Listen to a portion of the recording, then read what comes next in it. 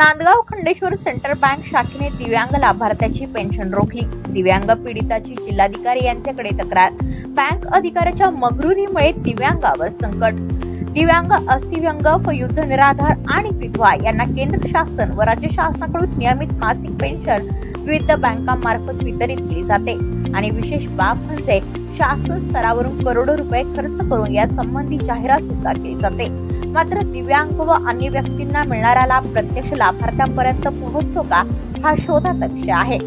दिव्यांग लाभार्थी म्हणून अनेक कर्जाऊ लाभ शासन व बँक यांच्याकडून दिल्या जातात, मात्र दिव्यांगांना दिली जाणारी पेन्शन कर्जाचे हप्ते म्हणून कपात केल्या जात असल्याचे प्रकार बँकेकडून घडत आहे। पेन्शन हा जगण्याचा अधिकार असताना लाभार्थ्यांची पेन्शन वेळोवेळी अनेक बँकांकडून कर्जात का वळवली जाते, हा गंभीर प्रश्न निर्माण होत आहे।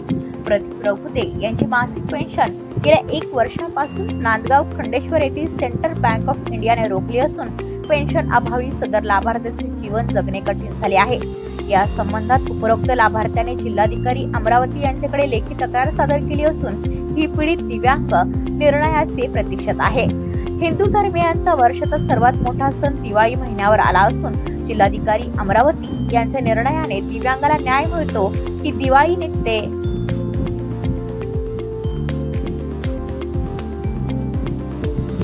हिंदू धर्मियांचा वर्षाचा सर्वात मोठा सण दिवाळी महिन्यावर आला असून जिल्हाधिकारी अमरावती यांच्या निर्णयाने दिव्यांगाला न्याय मिळतो की दिवाळी निघते याची प्रतीक्षा होत आहे। तर एकाच बँकेचे 2 निर्णय कसे? सन 2015 मध्ये श्रावण बाळ लाभार्थ्यांची पेन्शन पीक कर्जात कपात केल्याप्रकरणी बापाराव इंगळे या लढवय्या वृद्धाने सेंट्रल बँक समोर उपोषण करून तत्कालीन शाखा प्रबंधक विकास कुमार याला कपात केलेली पेन्शन परत करण्यास बाध्य केले। आता बँक प्रशासन, अग्रणी बँक अधिकारी अशाच आंदोलनाची प्रतीक्षा करीत तर नाही ना, अशी शंका येत असून हे मत दिव्यांग प्रदीप रघुते यांनी व्यक्त केले आहे। ब्युरो रिपोर्ट, कोकण संध्या न्यूज। पनवेल, नवी मुंबई आणि रायगड जिल्ह्यातील ताज्या बातम्या आणि नवीन घडामोडी पाहण्यासाठी सबस्क्राइब करा कोकण संध्या न्यूज चॅनल आणि दाबा बेल आयकॉन।